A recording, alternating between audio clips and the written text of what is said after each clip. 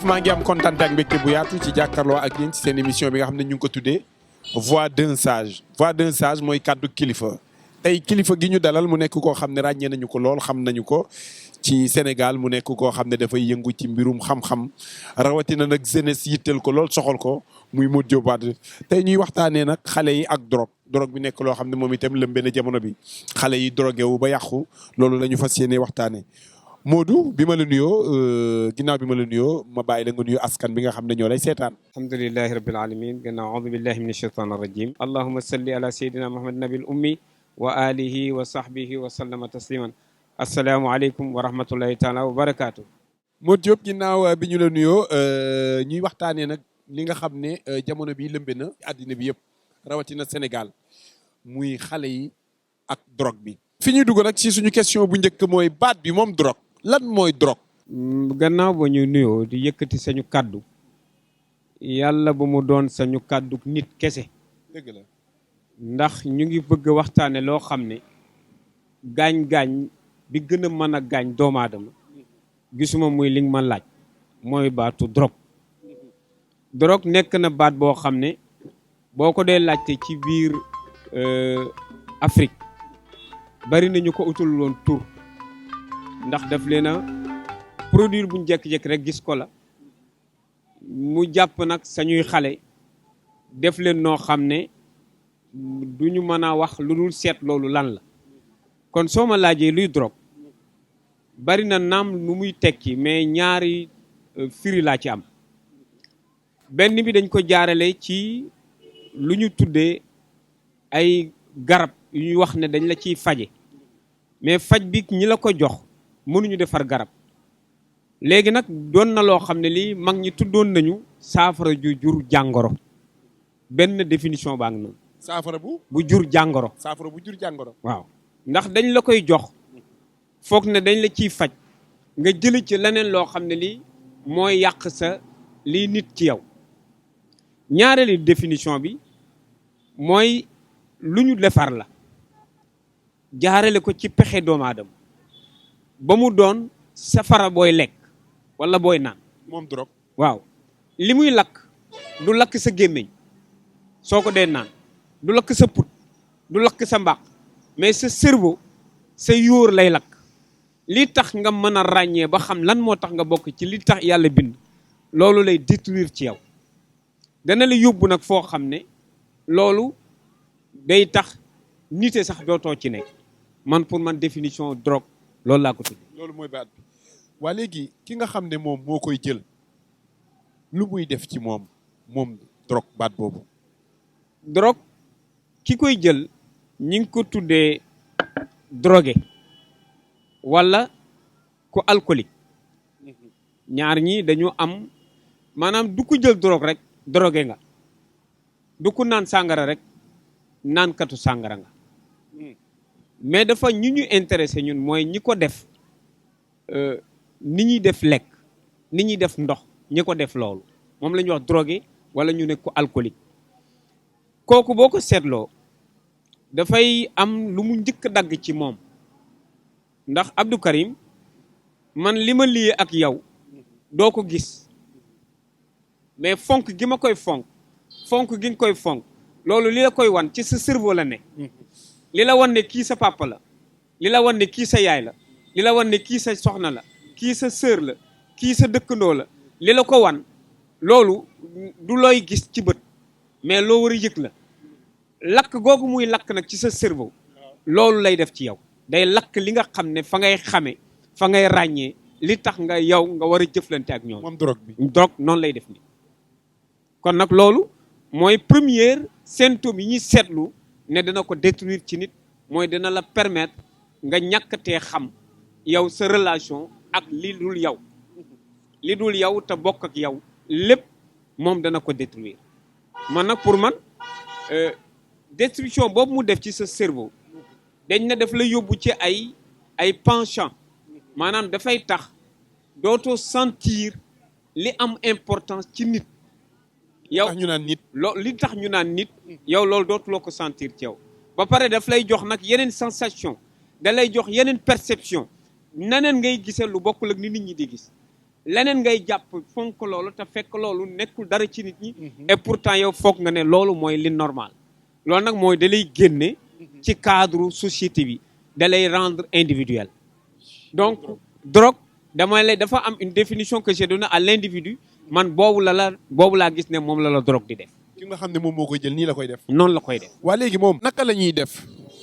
ba ki nga xam ne moom moo koy jëfandikoo mu bàyyi ko dafa am lu ko mën a def mooy déjà nañu jël ki nga xam ne mooy def drogue bi lan moo ko tax a jël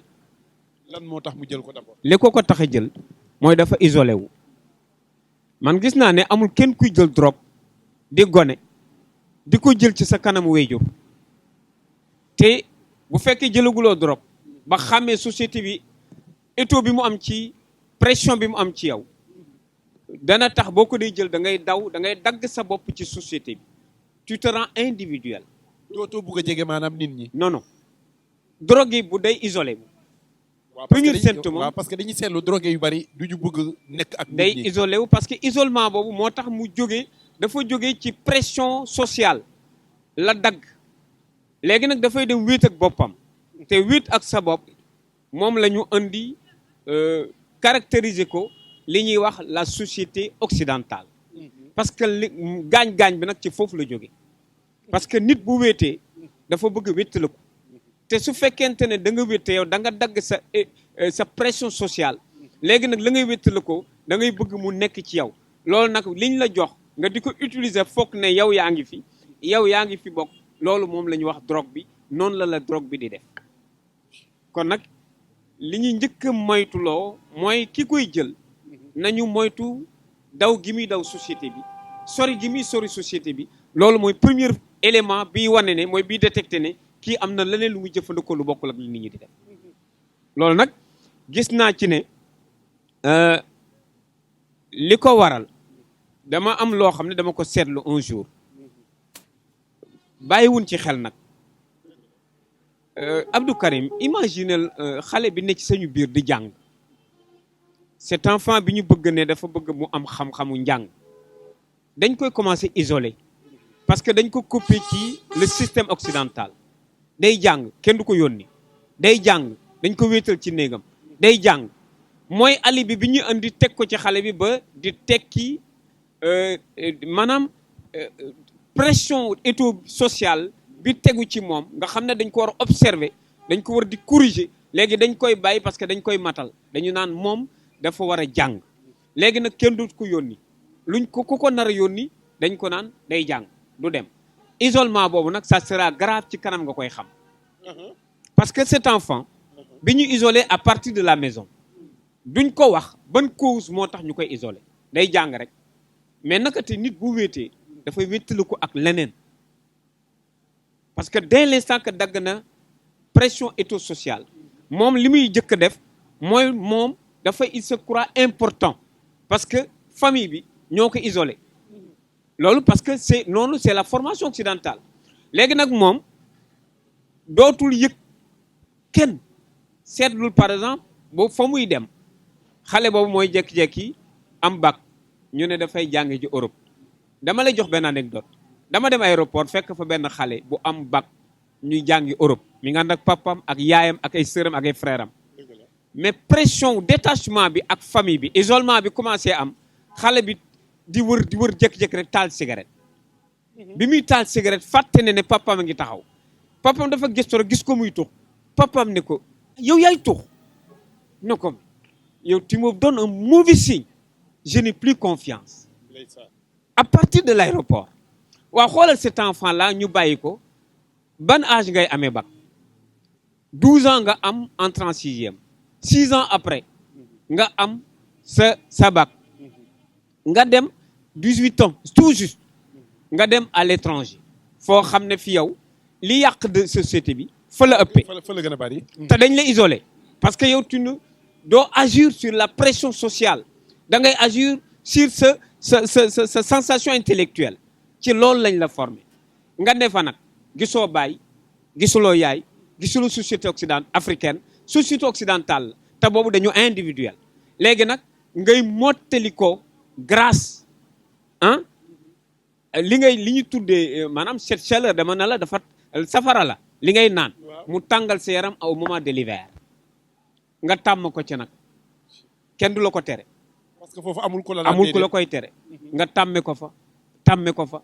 ba yaa xam nga doon millionnaire wala nga doon milliardaire yaa xam nga ñibbi si Afrique yaa xam ñëwuloo mais man pour man l'isolement voilà ce qu'il nous a fait mooy daf lay def un individu te man un individu dama am nu ma ko firee mooy nii laa ko firee ma. kon bokk na ci pour maanaam ki nga xam ne moom moo koy jël isolement bi ñu bañ ko. l'isolement première moo koy am parce que kenn yabul ci Afrique say wéyjur wala say mbokk wala sa mag wala sa ndijaay wala sax say xarit yoo xam ne yéen a goneendoo ci kër ci koñ nga di ko def toujours da ngay uti yeneen xarit yeneen àndandoo sax laa koy tuddee yu bokkul ak sa milieu social. pour man soo àggee foofu nag là yow tu n'agiras plus ci l'étau social bi wala l'étau bi nga xam ne c'est familial mais da nga nekk sur une liberté individuelle bi lay pousser à ce que ngay tàngal sa bopp pour yëg ne man damay afficher wu pour montrer que tu es un ado. kon bokk na ci daal li nga xam ne lu ñu war a moytu la pour première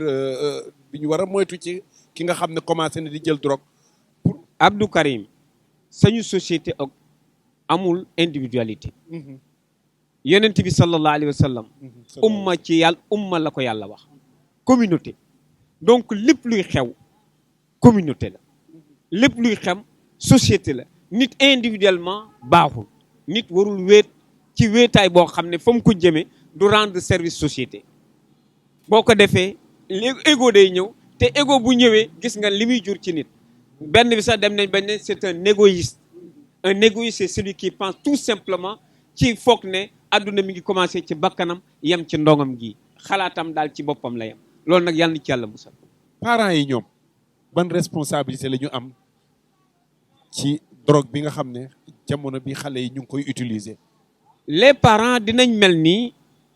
nga installé ci sa biir kër benn vidéo de caméra vidéo de surveillance tant que nit xoolu ko il a la possibilité di def lu ñuy tere ndax nit dafa tàmm di découvrir ci curiosité am lu ñuy tere mais ci période bi mu doonee un jeune commencé dugg état bu adolescent foofu dafa am lu ko benn phénomène buy feeñ loolu c'est universel nit suy génn ci enfance am di dugg ci adolescence dafay am fu muy commencé wane boppam ci côté góor ak côté jigéen mais loolu ñun nekkuñu ay éducateurs moo tax bàyyiwuñu xel ci loolu comme que nag ñun sañu force éducative mi ngi nekk ci la masse sociétale ñun ñëpp a yarandoo du famille bi kese parce que la famille est élargie en Afrique la famille dafa élargir ci biir l'islam la famille dafa élargir ci biir Europe déedéet ci biir nu mu tuddati ñun biir milieu africain mais du milieu africain mais du milieu occidental loolu nag dafa am tendance su fekkente ne yow da nga yore xam-xamu tubaab da ngay jàppe ne individuellement moom la nit mën a dunde mais passion te la passion dafa dominer nit ba da koy dugal ci loo xam ne li finalement bés bu société bi perdre individu boobu rek dafay gis ne am na leneen lu jëfandikoo te foofu nag dafa yëg ne am na problème foofu nag parents yi observer bi ñu ñàkkoon a observer l'enfant bàyyi ko ak boppam ba pare di ko matal parce que léegi xoolal phénomène bi mu gën a am léegi xale yi dañuy gën a ndaw di amee xam-xam njàng xale bu ñu nee la ki am na bac da nga naan non c'est pas possible parce que amul âge da nga naan amul âge am parce que taayam du nekk en connivence ak ñun taay bi nit daan am di am bac donc du ñor du nekk ko mûr ba pare ñu bàyyi ko ak loo xam ne mën na ko utiliser ci façon boo xam ne bi day wéddi ko def il faut que mu manifester wu maanaam qu'il soit abusif ngay soog a yëg ni kii c'est un drogué wala c'est un alcoolique mais mën na di jël alcool te kenn du ko xam mën na di jël drogue te kenn du ko xam mais bis bu demee ba abusé ci nag ci la société bi nag di yëg ne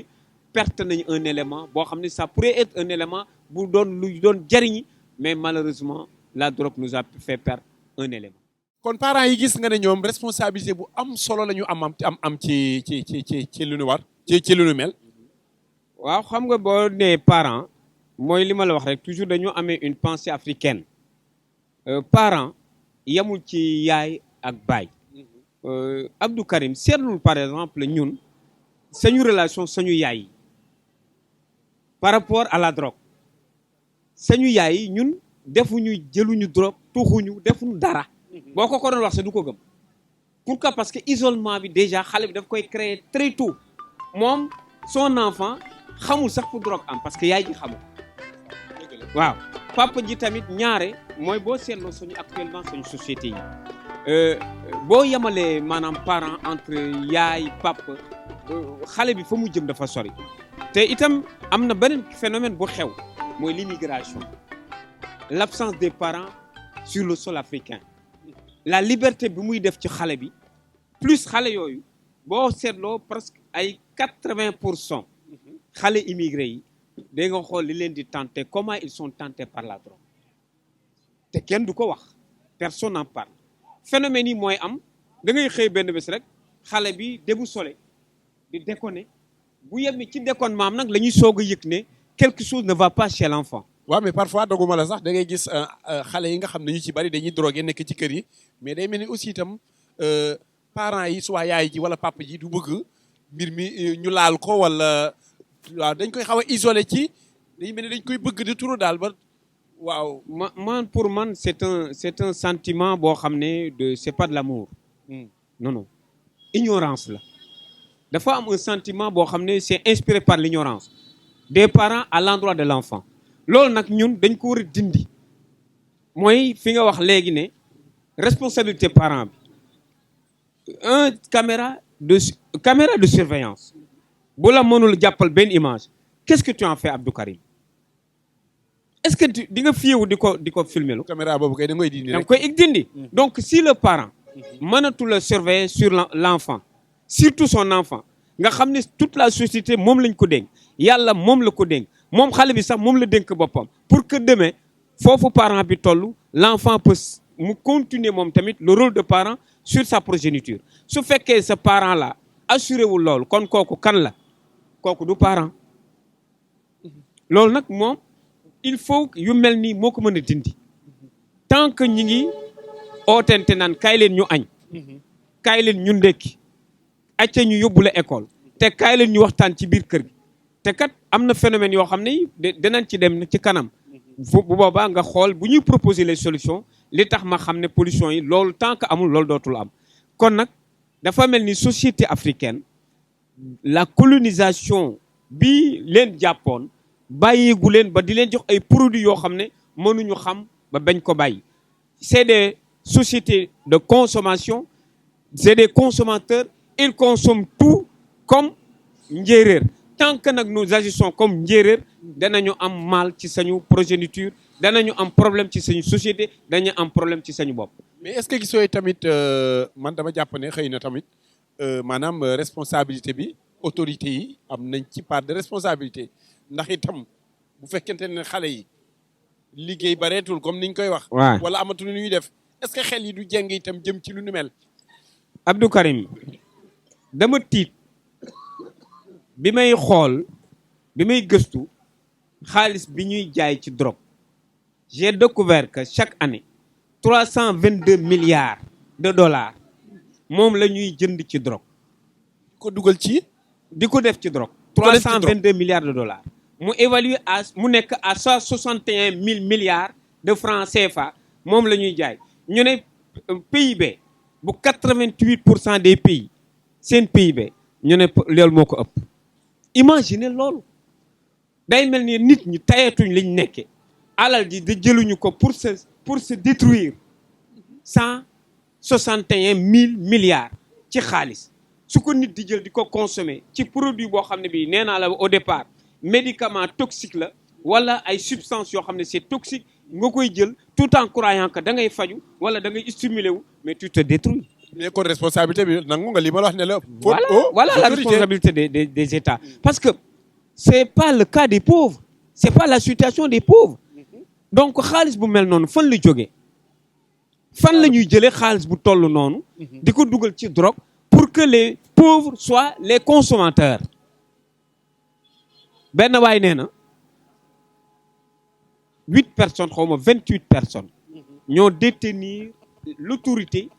bu dëkk bu àdduna bépp di tëral ak teeg di nasaka nocci nit ñi topp leen comme ay automate.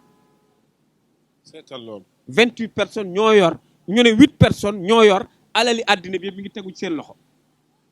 di manipuler nu mu leen di neexee manipuler nit ñi comme nu mu leen neexee. waaw comme que nag nous sommes des consommateurs te ñun dañu mel ni comme ni gëléem di toppee nit kon nag ñun desee nañoo nite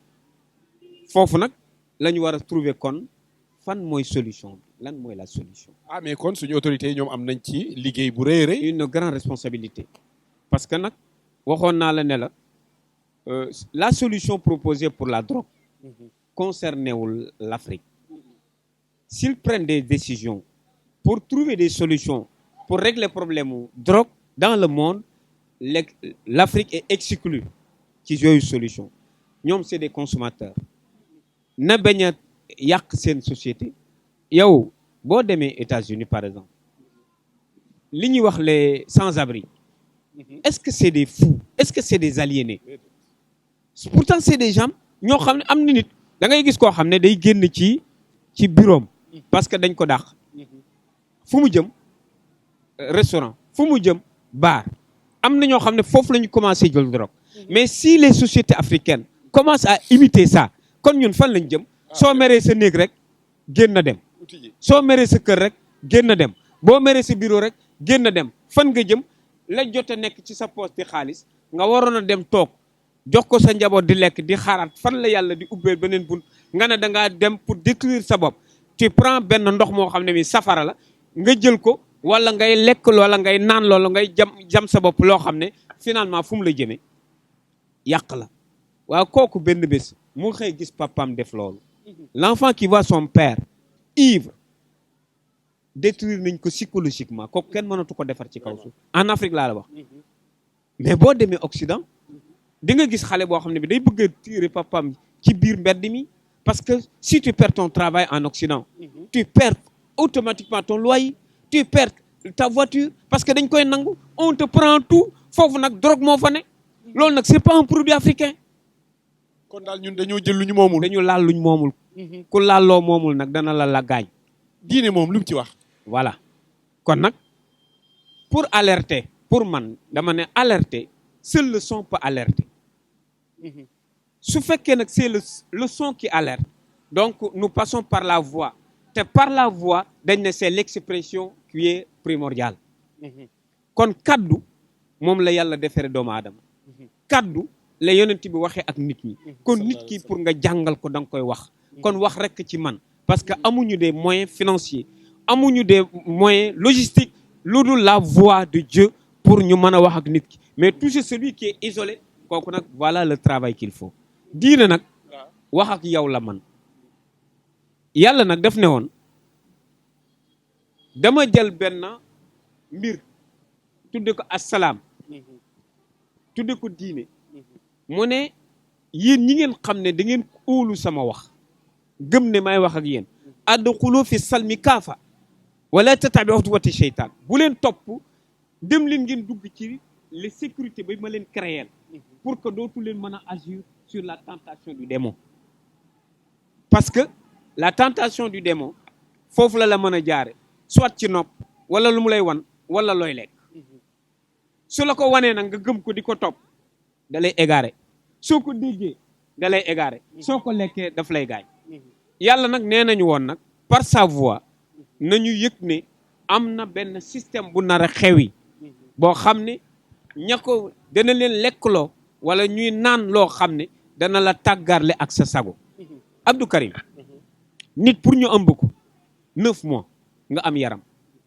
mais fan nga jëlee ruu phénomène bi ngay amee ruu ça dépend ci la volonté de Dieu mais xam nga bu la yàlla joxee ruu ci nga mën a wax ne ñu ngi dund soo amee jëm ñu mën a wax ne am nga ay mbokk existé nga loolu nag ça ne suffit pas pour nga dund xam nga lan moo tax à 9 mois on conçoit ton corps mais à 40 ans on conçoit tes neurones. dëgg la donc nit ay neurones mi ngi mat à 40 ans mais moo koy sauvegarder boppam donc su fekkente ne xale dañ ko jur ci 9 mois dañ koy bàyyi moom tamit mu couver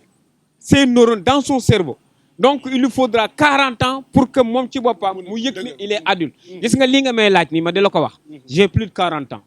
gis nga boo bàyyi woon ba déwén nga oo toogaat fii nga oo ma laaj ma li nga ma laaj je peux répondre même expression yi ma naan la ko waxaat mais si tu n'as pas 40 ans ma poser une question que tu me réponds bu fekk déwén su ma la posé waatee les questions tu as une autre forme de réponse xam nga lu tax parce que li nga da nga doon gëstu te mataloo woon maanaam léegi mataa ngi ñëw say neurone dafa mat moo tax yàlla nga yónni nit à 40 ans donc su nit détruire à 40 ans c'est son cerveau fu mu jëm moo tax yàlla ne ki yàq neuronam ba nekk 40 ans mu yàq neuronam bis bu ma ko dekkalee il sera aveugle l'aveugle ne suffit pas nga perte ce n'est pas la cécité nga perte tes yeux déedéet c'est liy éclairer ci sa cerveau nga mën a xam koo jàkkaar loolu nooy waxe ak moom nooy defee ak moom voilà loolu mooy gis loolu mooy tax nit di conserver son cerveau parce que soo mën la conserver ce cerveau mënoon naa la defal benn démonstration pour wan la l'équilibre de l'homme lu tax mu bokk ci proposition l'islam xam nga lu yàlla wax julli leen inna salata tanha anil faxshay wal munkar te nee na tamit kuntum xayra umma uxrijat linnaas lu mu ci teg atamuruna bil maaruf wa tanhawna anil munkar gis nga li tax ngay def lu ñaaw luy tax ngay def lu bon parce que dama jël alcool wala dama jël drogue ba tax xàmmeewuma mun na ma taxaw nit day taxaw ci kanami doomam di saw wala mu def taatu neen li ko yóbbee xam nga lan la parce que dafa jël substance bu ko wan ne li nga def noonu la de ce fait nag loolu day tax nit ki perdre tout à fait li ñuy wax humanité ci moom kon nag l'islam li mu ñu proposé mooy neen dee leen di julli taxawaay da ci bokk soo amul équilibre doo ko man moo tax yàlla ne bu ngeen mandee bu leen julli bu leen julli parce que équilibre bi mën a tax nga mën a def julli yàlla ne ci biir julli ci ngay mën a jële li tax dootoo naan li tax dootoo doon alcoolique ci biir julli la kon yéen inna salata tanha anil faxshay wal munkar lii tax ngay def lu ay doyadi ay ñaawteef yàlla nee na boo dee julli di respecter les stations yi am ci julli dafay tëj da koy defar foofu nag laa la waxoon léegi ne la Abdou Karim seetlul phénomène bi dans le monde entier actuellement julli mbooloo ci biir kër yi amatul julli dañ ko def d'une manière individuelle kër goo dem léegi julli mbooloo ci kër amatul timis mag ñi dañ ko daan julleendoo ci kër géewe mag ñi dañ ko daan julleendoo ci kër fajar nit ñi dañ ko daan julleendoo ci kër léegi loolu ça n'existe plus lu waral loolu li ko waral mooy proposition yi nga xam ne moom la ñu yàlla jox jaarale ko ci sañu yoneen muy la religion du jóge comme ça ci biir asamaan ay haut-parleurs yu ñuy dégg yàlla di wax ak ñun non day jaar par les êtres humains par la voix humaine par l'expression ci ngay dégge liñ lay wax pour nga mën ko def léegi nag su fekkente ne dañu doyedil kàddu googu moo tax duñ ko jëfe comme ni ko kàddu gi waxee woon def leen mbooloo dee leen ànd ku nekk dana servir moromam de surveillant cependant di nga mën a conserver li nga xam ne moom la ñu conserver ci yow mooy sa jëmm ji dara du ci ne lu ko yàq sa xel mi dara dootu ci ne ci lu ko yàq sa yéene da koy yàq dootul am mooy waral ëllëg nga doon doom yi àdduna doon ki yàlla doon wax malayka yi kii laa tànn ci sama créature. mais ban conséquence la mun a indi ci ki nga xam ne moom moo koy jël lan lay def ci moom mi koy jël. xam nga mooy li ma la waxoon bi ñu doon définir drogue yi bi nga tudd léegi muy baatu yamba bi ñun dafa mel ni moom la xale yi sax gën a xam fi mu toll nii li muy njëkk a wane. seetlul borom bala muy am 40 ans dina ñàkk ay bëñ doo ko seetloo du nangoo sangu lu bari. waaw maanaam boo leen di xool day gis ne dañuy soppeeku seen jëmm. waaw kay toujours këram na nga seetlu jabaram xam nga da koy def di ko nëbb. tey jii boo ko joxoon par exemple 1000 francs wala 1500 mu war ko jënd ndekki jabar bu xëyee li mu njëkk a def mooy day bàyyi ba minuit mu génn. dem tux ko ñëw nag bu su asamaan setee jabar ji du mën a ndekki du ko jox. parce que da koy drogué woo.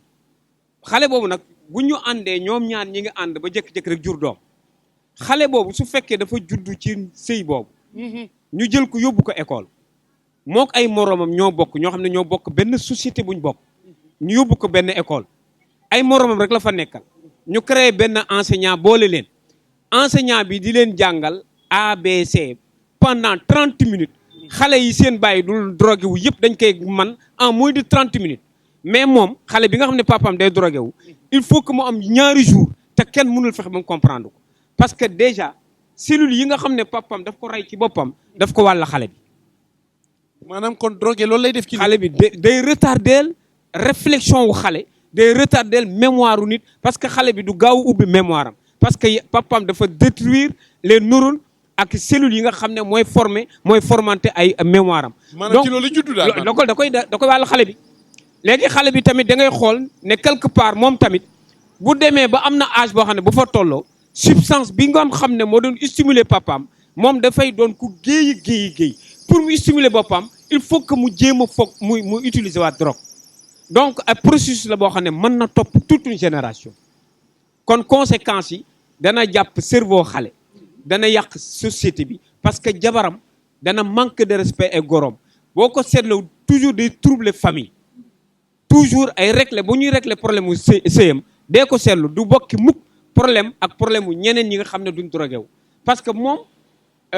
cerveau am lecture bi muy def ci bu gisee gorom wala mu gis jabaram wala mu gis ay mbokki jabaram du am benn respect bi mu leen war a jox pour que mu solidifier lien social bi nga xam ne mooy tisser suñu dëkkuwaay loolu nag bokk na ci li muy détruire donc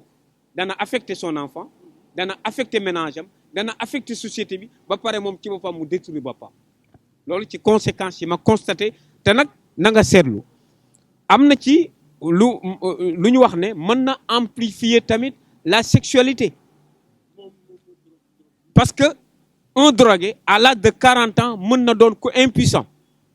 boo seetloo drogue pire du ay mbiram sax du doon jigéen. mooy li ñu ne c'est un stimulant da lay yóbbu ci lenn loo xam ne mi ngi waaye yow oto bi nga yeb essence def ci 10 litres bëgg a dem ak moom lu war a mat 100 kilomètres fu mu yem ci 10 litres yooyu foofu la yem noonu la drogue di def nit da lay stimuler pour benn temps ngay détruire say neurones da ngay mujj gi gaaw a sonn te doo ko seetlu un drogué dootul ànd ak ku dul drogué. waaw parce que itam da ngay gis nit bu tàmbalee di jël lu ni mel moom day dem ba ñamu doon àndal après dafay mel ne dafay soppi groupe ba muy soppi day mel ne ñett bokk ca loolu rek lay àndal léegi. mooy parce que ñooñu lay bëgg a dem mooy les isolé dañuy isolé seen bopp bokkatul ci ñi li normal dañu dem ci li anormal léegi nag bala nga ne naam da nga fay ne comme que nekkatuñ ci société bi nag ñoom tamit dañuy créer seen système société. loolu bokk na ci li gën a poser problème. te loolu nag la yàlla waxoon ne laa tattabi'u xutuwati seytaan bu leen topp yoonu seytaane woowu parce que ñoom daf ci am ñoo xam ne dañ leen di proposer ay produits yu ngeen di jël yoo xam ne c'est pour vous détruire pour que finalement bu ngeen nekkatee mag yow tamit seetlul sañu responsable yi lii nuy wax fi mu toll ah am na ci ñoo xam ne ñii mën nga doon benn responsable banque jënd drogue tax nga jël ci keesu banque bi dem jënd ci ko banque ba avec nga collaborer avec des bandits wala des voyous bari na ay moment yoo xam ne léeg-léeg nga dégg man gis seetaan naa télé benn bateau bu ñu arraisonné en pleine mer mais lu mu yeboon drogue ban quantité 2 milliards mais 2 milliards fu ko nit di jëlee individuellement donc on fait couler les sociétés ñi ngi détruire les sociétés ñi ngi détruire les entreprises ñi ngi détruire les sociétés moo ne société en tant que ay nit wala société en tant que entreprise yooyu yëpp mi ngi am conséquences yi fi mu ñu yóbbu xamaguñ ko parce que nañu def la lecture de la société africaine. mais nag attention Modou Diop parce que itam da nga ciy gis ñoo xam ne dañuy tux yàmba drogué wu ba dañuy ñëw ci seen kër yi di indil seen parents yi ay problème di attaquer seen yaay yi wala seen papa yi wala sax seen rakk yi ñu bokkal ndey ak baay mais da nga koy gis drogue bi mooy def loolu. mais am na boo gën a ñaaw boo xam ne duñ ko wax parce que ki xamul ne kii sërëm la ki xamatul ne kii sërëm la ki xamatul ne kii bàjjanam la mais bi l'islam di wax kay dane mais bu leen sëy ak seen bàjjan yi soo jaarul ci wow yoon dootoo xamee loolu su ko defee nag loolu la ñuy nëbbalante ci biir te itamit bu dalee nit ñu ne ay raba ko jàpp imagine nag lu reetaanlu bu njëkkoon xam nga suñu réew mi xamuñu AVC bu njëkkoon ku AVC jàpp dañ naan jinne ko mbéj mais imagine cette façon boobu façon d'observation yow AVC xamuloo ko parce que mi ngi doon dal nit ñi médicalement tu ne trouves pas cette maladie là mais ku mu dal gémmiñ gi mooy rek loxo yi bañ ñu ne jinne ko mbéj mais combien de fois lañ ko doon wax léegi comme que yow sa doom bu mandé ba dof doo ko nangu parce que da nga naan ay rab a ko jàpp di faj ay rab te fekk yow kii dafa détruire cerveau. li ci gën a garaaw man sax da ngay gis léegi drogué yi ñu ci bari ñuy tux yàmba seen waajur yi jigéen ñi du ñu nangu loolu dañuy gis ne xale bi dañ ko liggéey